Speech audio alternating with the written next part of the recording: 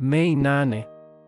Alhamisi mwaka wa 2025. Remnant TCK na kambi ya nuru. Isaya 60:1-3.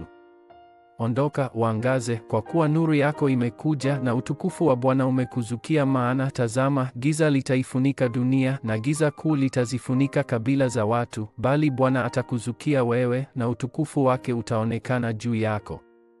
Na mataifa wataijilia nuru yako na wafalme kuujia mwanga wa kuzuka kwako. Ni muhimu kwako, Remnant, kuelewa ni baraka gani lazima upate wakati wa ibada. Lazima ufurahie kambi ya nuru. Ukienda nyumbani, unaweza kumbana na vitu vya kukuvunja moyo au matatizo.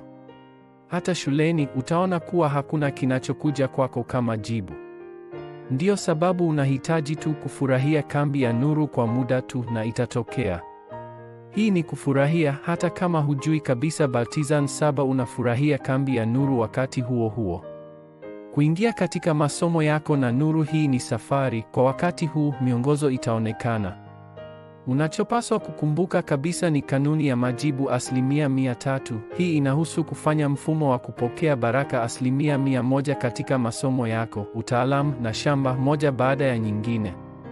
Kwa hivyo, kuna mambo kadhaa muhimu ambayo lazima utarajie. Moja, mateso. Mwanzo wa kambi. Unapoenda shambani, unaweza kukutana na shida.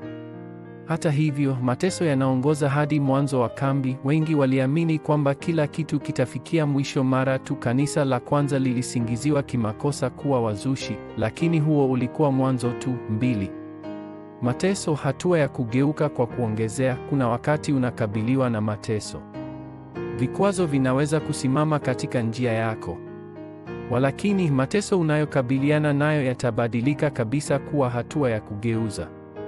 Unahitaji tu kuisubiri kwa wakati huu, kwa sababu kuna wengi ambao wanakabiliwa na hasara kwa sababu wanakimbilia mbele bila kujali. 3. Jibu. Utandawazi pia utapata majibu. Injili kuenea duniani kote ni jibu. Watu walidhani Stefano alikufa, lakini ilikuwa kweli hatua ya kugeuka kuokoa ulimwengu.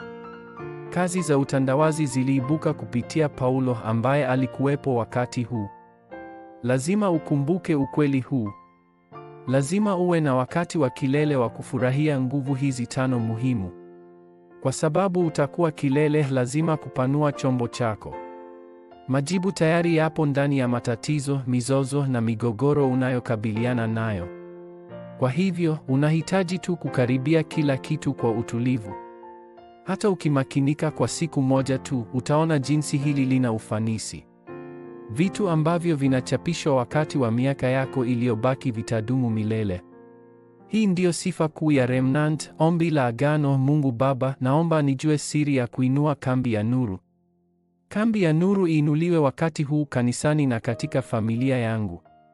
Naomba nipokee baraka za kuinua kambi ya nuru kwa sababu ya wengine na kazi ninazokabiliana nazo.